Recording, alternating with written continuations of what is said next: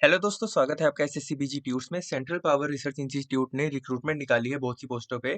इस वीडियो में आपको फुल डिटेल मिलेगी कि कौन कौन सी पोस्ट पे रिक्रूटमेंट निकली है, क्या नंबर ऑफ वैकेंसीज है, क्या एजुकेशन क्वालिफिकेशन रहने वाली है।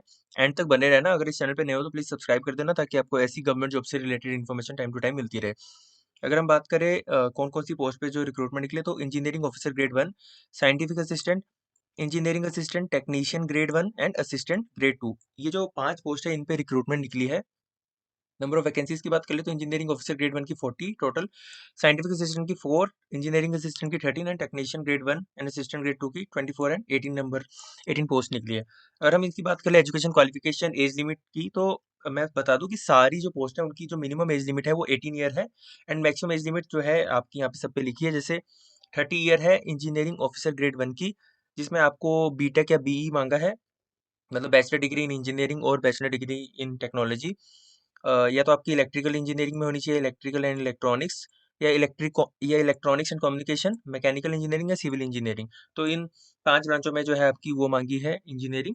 एंड साथ ही साथ आपका एक वैलिड गेट स्कोर भी मांगा है कि या तो 2021, 22 या 2023।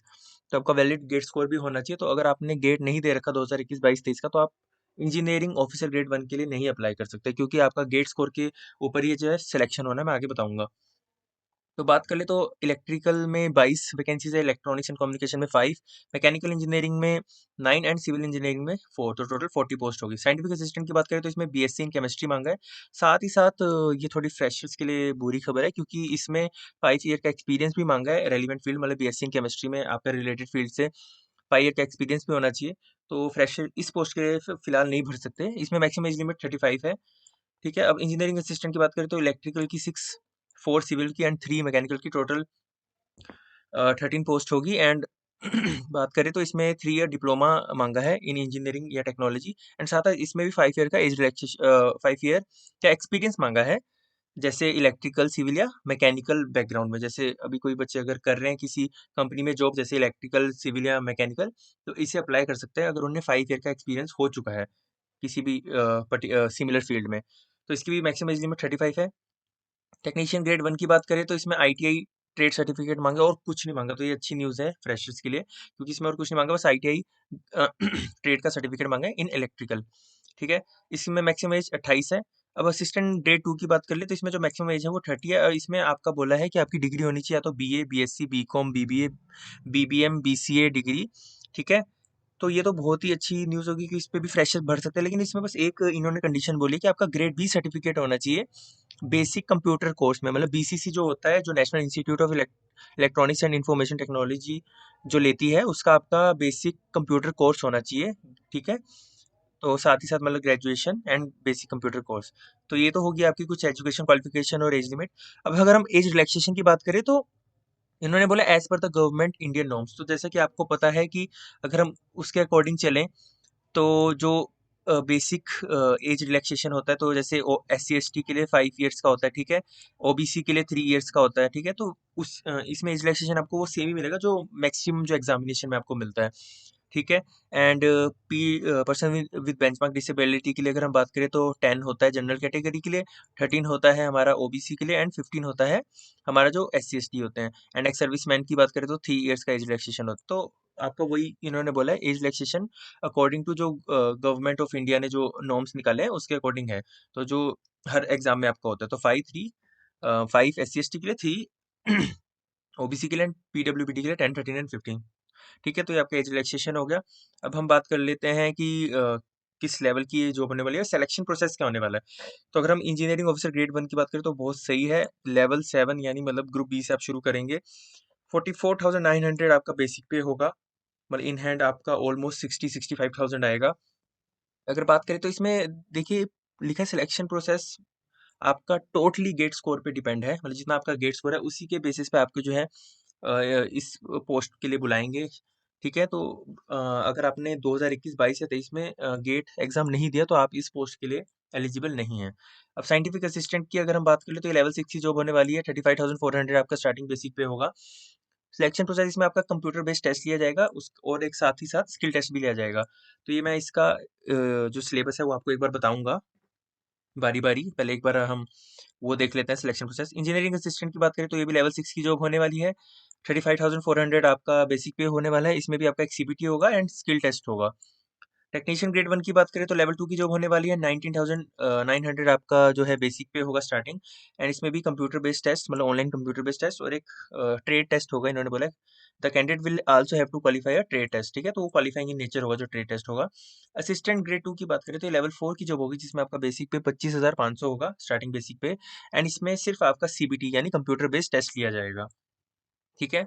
तो ये आपकी कुछ वो होगी सिलेक्शन प्रोसेस, जैसे मतलब किस प्रोसेस से आपको सिलेक्ट किया जाएगा। अब हम बात कर लेते हैं फीस की। तो अगर हम engineering officer grade 1 scientific assistant और इंजीनियरिंग असिस्टेंट की बात करें तो 1,000 रुपी फीस है फॉर ईच पोस्ट। मतलब अगर कोई एक से ज़्यादा पोस्ट पे भर रहा है तो उसे उस उतने ही देने पड़ेंगे हर पोस्ट के पर्टिकुलर इकलौती पोस्ट के 1,000 रुपीज़ हैं। टेक्नीशियन ग्रेड 1 और असिस्टेंट ग्रेड 2 की बात करें तो इसकी पर्टिकुलर पोस्ट के 500 जो है रुपीज़ जो आपके लगेंगे। अगर हम बात करें तो इसकी इंपॉर्टेंट डेट्स की तो 25 मार्च से इसके फॉर्म शुरू हो चुके हैं। 14 अप्रैल इसकी लास्ट डेट है, ठीक है। कंप्यूटर बेस्ड टेस्ट की जो टेंटेटिव डेट बताई है वो 23 अप्रैल बताई है एंड स्किल टेस्ट जो ट्रेड टेस्ट होगा मतलब जो आपका सेकंड स्टेप होगा सिलेक्शन का, उसकी जो है 15 मई है जो टेंटेटिव डेट बताई है।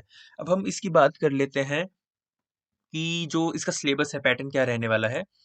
तो अगर हम पैटर्न की बात कर ले तो देखिए साइंटिफिक असिस्टेंट की अगर बात करें तो इसमें आपके टोटल 5 सेक्शन आएंगे जिसमें आपका होगा जनरल इंटेलिजेंस एंड रीजनिंग, ठीक है, जिसमें आपके 15 मार्क्स होंगे, 15 क्वेश्चन मतलब हर क्वेश्चन एक एक मार्क्स का। जनरल अवेयरनेस जिसमें आपके 15 क्वेश्चन होंगे 15 मार्क्स के। क्वांटिटेटिव एप्टीट्यूड जिसमें आपके 15 मार्क्स होंगे 15 question. English language and comprehension ये भी 15 मार्क्स का आएगा and question based on specific branch stream.